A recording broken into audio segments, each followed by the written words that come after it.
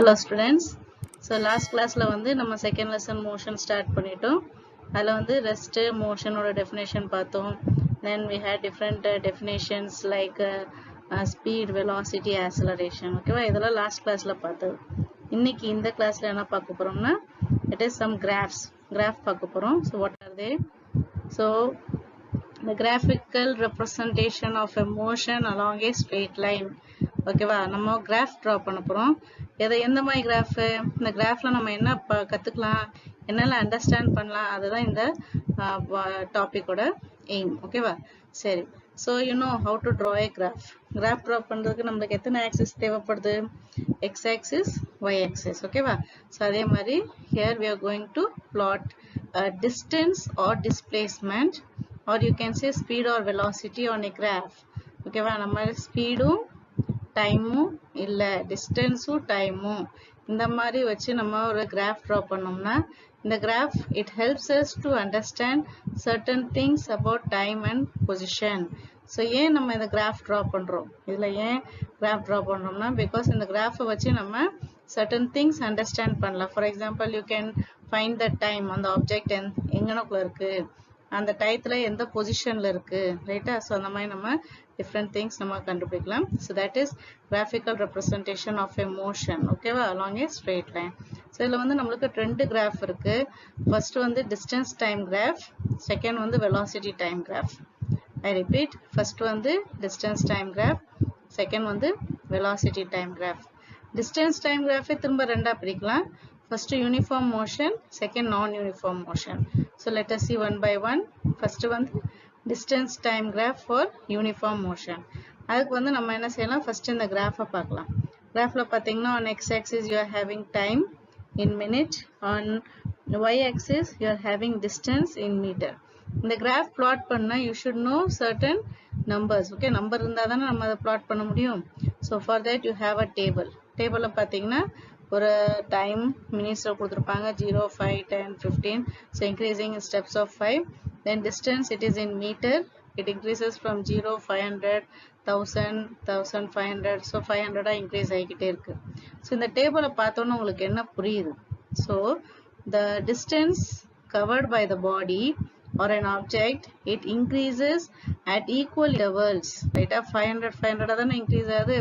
So increases at equal intervals of time also. Time also it is increasing 5 தான் increase ஆகுது.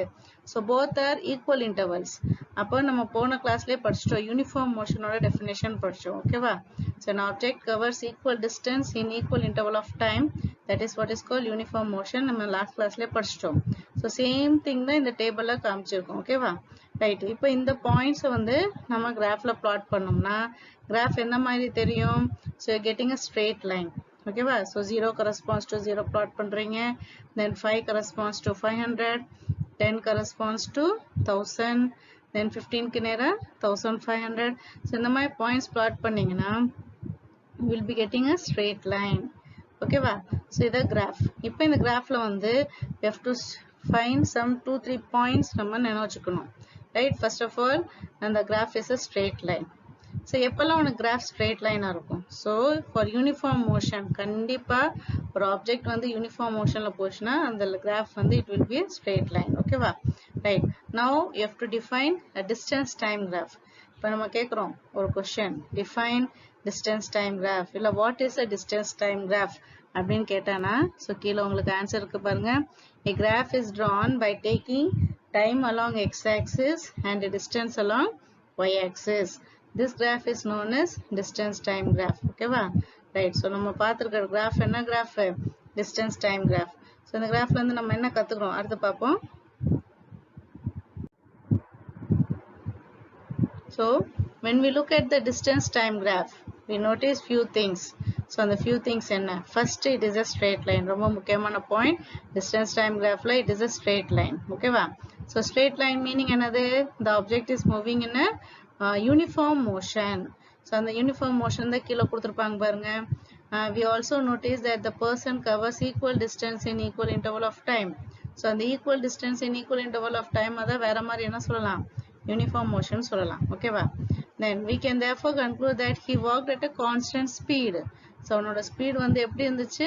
constant இருந்துச்சு ஓகேவா so 3 points first one it is a straight line second one it is a uniform motion and third one he is walking with a constant speed that are the 3 points you should remember ஓகேவா now இந்த கிராஃப்ல வந்து அடுத்த ஒரு question கேக்குறாங்க can you find the speed at which he walked from the graph so உங்களால கண்டுபிடிக்க முடியுமா speed கண்டுபிடிக்க முடியுமா ஸ்பீடோட டெஃபினேஷன் என்ன நம்ம லாஸ்ட் கிளாஸ்ல பார்த்திருக்கோம் ஸ்பீடோட ஃபார்முலா என்னது so speed is the rate of change of distance okay or you can say speed equal to distance by time speed equal to distance by time இப்ப நம்ம கிராஃப் டிரா பண்ணதுமே என்னது டிஸ்டன்ஸ்க்கும் டைம்க்கும் தானே கிராஃப் டிரா பண்ணோம் so அதுல இருந்து நம்ம வந்து கண்டிப்பா ஸ்பீட் கண்டுபிடிக்க முடியும் ஸோ அதுக்கு ஆன்சர் என்னது எஸ் யூ கேன் எப்படி கண்டுபிடிக்கலாம் so the parameter here it is referred as the slope of the line so அந்த ஸ்பீடை வந்து நம்ம ஜெனரலா கால்குலேஷன் பண்ண போகும்போது speed equal to distance by time சொல்றோமா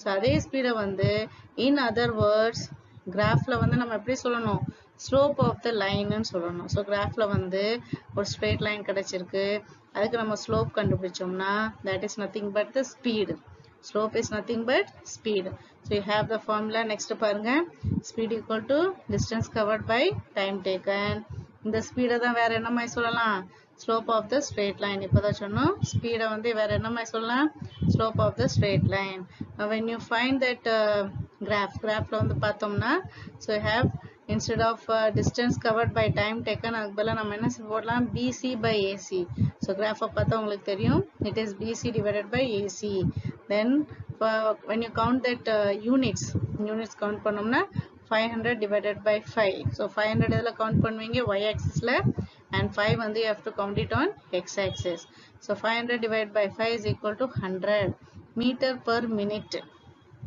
so this is the speed of that object அந்த டேபிள் பார்த்தோம்ல அந்த ஆப்ஜெக்ட்டோட ஸ்பீட் எவ்வளவு 100 மீட்டர் பை மினிட் ஓகேவா ரைட் நெக்ஸ்ட் இன்னொரு கிராஃப் இருக்கு ஃபர்ஸ்ட் கிராஃப் பாருங்க then only you will understand that so இந்த கிராஃப்ல பாத்தீங்கன்னா again distance time graph தான் distance வந்து கிலோமீட்டர்ல இருக்கு டைம் வந்து ஹார்ஸ்ல இருக்கு ஓகேவா அங்க வந்து பாத்தீங்கன்னா 3 straight lines இருக்கு 3 straight lines எப்படி இருக்கு walking or a straight line cycling and riding in a car so walking cycling riding ஏன் இந்த மாதிரி கேட்டகரிஸ் எடுத்துறோம் இல்ல யார் ஃபாஸ்டா மூவ் பண்ணிருப்பாங்க இல்ல யார் ரொம்ப ஸ்லோவா move பண்ணிருப்பா so you will understand that walking it is very very slow as compared to riding ரைட்டா வாக் பண்றது வந்து ரொம்ப நம்ம ஸ்லோவா தான் போவோம் சைக்கிளிங் பாத்தீங்கன்னா இதோட வாக்கிங்கோட கொஞ்சம் ஸ்பீடா போகும்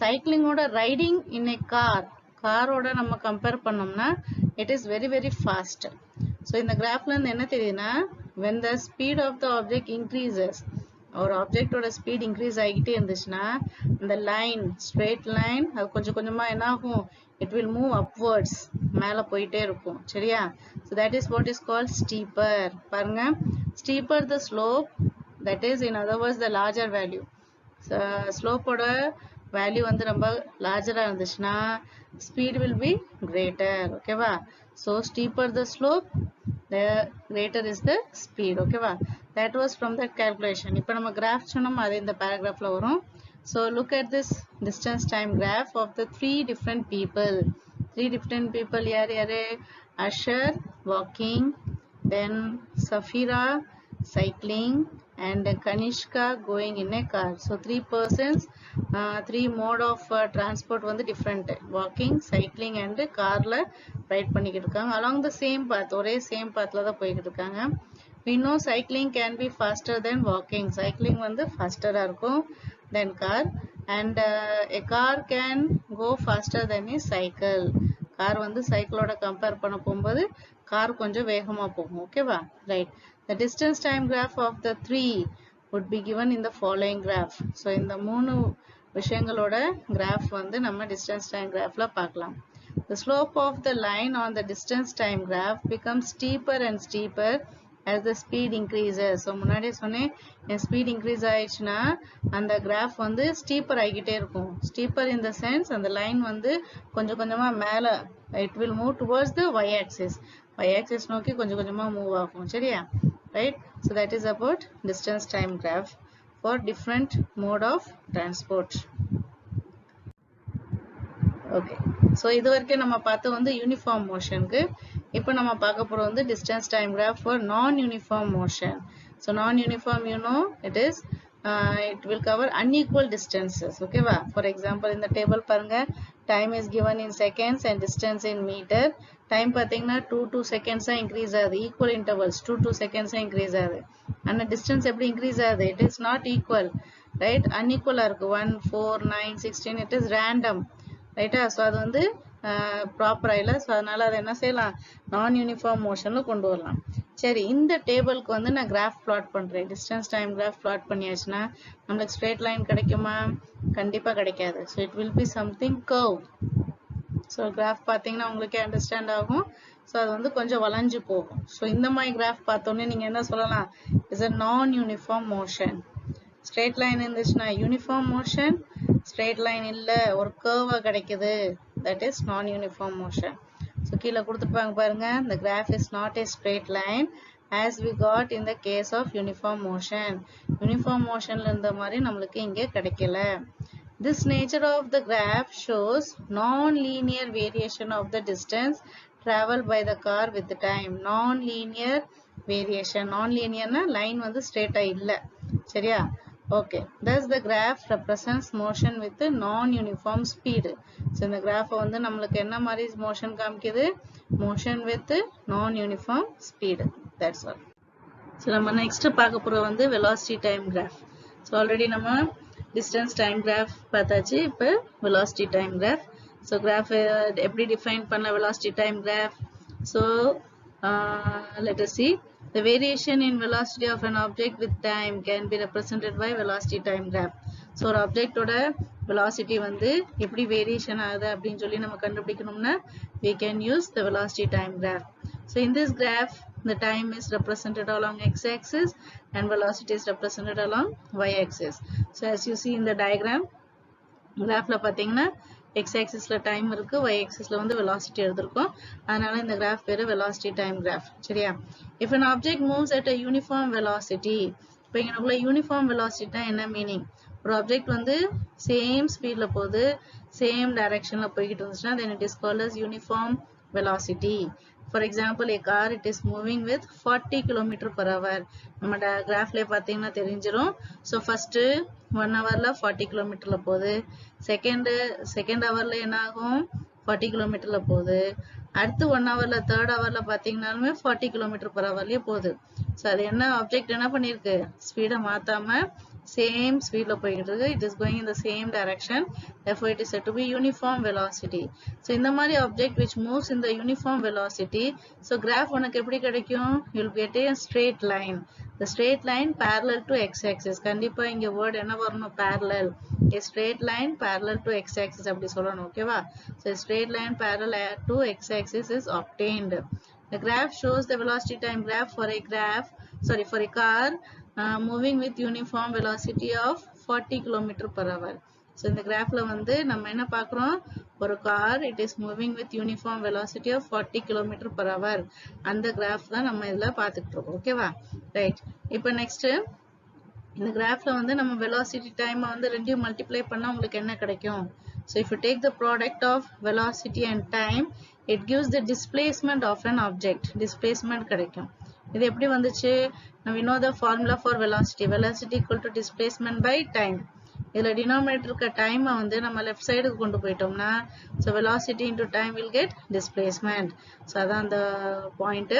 Next, the area under the velocity time graph is equal to the magnitude of the displacement. இதுக்கு மீனிங் என்ன? இப்போ இந்த கிராஃப்ல பாத்தீங்கன்னா ஒரு ப்ளூ கலர் ஏரியா வந்து ஷேட் பண்ணிருக்காங்க. ஓகேவா? ஸோ ப்ளூ கலர் ஏரியா என்னது? ABCD. ரைட்டா? ABDC கூட வச்சுக்கோங்க. That is a rectangle. ஓகேவா? இந்த ரெக்டாங்கிளோட ஏரியா கண்டுபிடிக்கிறோம். ஸோ AB வந்து என்னது? AB and CD both are same. ஓகேவா? Opposite sides of the rectangle and they fall on the x-axis. Okay, அது வந்து x-axisல வர்றதுனால நம்ம டைம்னு வச்சுக்கலாம் T. அதே மாதிரி ACயும் BDயும் they are opposite sides and that is parallel to the y-axis. Y-axis நம்ம என்ன எடுத்துருக்கோம்? Velocity.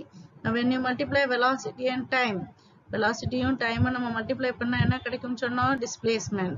ஸோ அதை நம்ம இங்க பார்க்க போறோம், ரைட்? ஸோ இங்க பாருங்க, S equal to AC into CD. அந்த ஃபார்முலா புரிஞ்சுச்சா? S னா டிஸ்பிளேஸ்மெண்ட், S னா என்னது இங்க displacement, AC into CD, that is nothing but the area of the rectangle. Area of rectangle என்னது, length into breadth சொன்னோமா? So AC into CD, length into breadth. So that is nothing but the area of the rectangle ABCD, that is the shaded portion in the graph. Okay, next we come to another graph. So we are now going to study about uniformly accelerated motion. இப்போ நம்ம பார்க்க போற motion பேர் என்னது, uniformly accelerated motion. அதுக்கு meaning என்ன? Uniformly accelerated motion, accelerate கொடுத்துக்கிட்டே இருக்கும். இப்போ நீங்க கார்ல போய்கிட்டு இருக்கீங்க, ரைட்டா? ஃபர்ஸ்ட் வந்து டைம் 0, இந்த டேபிள் பார்த்துக்கணும், சைட் பை சைட் டேபிள் பார்க்கணும். ஃபர்ஸ்ட் டைம் வந்து 0 second, velocity of the car is 0, காரோட ஸ்பீட் எவ்வளவு 0, ரைட்டா? Then after 5 second it is increasing the velocity by 9. After 10 seconds it becomes 18. After that 15 seconds 27, then 20, 36. So time வந்து 555 seconds நம்ம increase பண்றோம். காரோட velocity எவ்வளவு increase ஆகுது, 9 increase ஆகுது, 9. So difference you can see it is increasing by 9. So velocity வந்து யூனிஃபார்மா increase ஆகுது, ரைட்டா? velocity increase பண்றதுக்கு நம்ம என்ன பண்றோம், we have to apply the accelerator. Therefore this motion is called as uniformly accelerated motion. Acceleration வந்து யூனிஃபார்மா increase பண்ணிக்கிட்டு இருக்கோம், therefore it is uniformly accelerated motion. So இந்த மாதிரி மோஷனுக்கு வந்து நம்ம velocity time graph நம்ம plot பண்ணோம்னா எப்படி கிடைக்கும்? So sideல ஒரு graph இருக்கு பாருங்க, velocity time graph. Previous பார்த்த velocity time graphல straight line கிடைச்சிச்சு, it was parallel to x axis. Here you are getting a straight line which is passing to the origin. ஓகேவா? ரைட். நான் அந்த டேபிள்க்குரிய அந்த ரீடிங்ஸ் தான் நம்ம என்ன செஞ்சிருக்கோம், கிராஃப்ல பிளாட் பண்ணிருக்கோம். அகைன் கிராஃப்ல பாத்தீங்கன்னா ஒரு ஷேடட் போர்ஷன் இருக்கும், ஒரு ப்ளூ கலர் போர்ஷன் தெரியுதா? தட் இஸ் ABCDE ஒரு போர்ஷன் இருக்கு. ஸோ அதை பத்தி தான் நம்ம ஸ்டடி பண்ண போறோம். ஸோ இந்த கிராஃப்ல வந்து முக்கியமான பாயிண்ட்ஸ் இங்க பார்க்க போறோம் பாருங்க.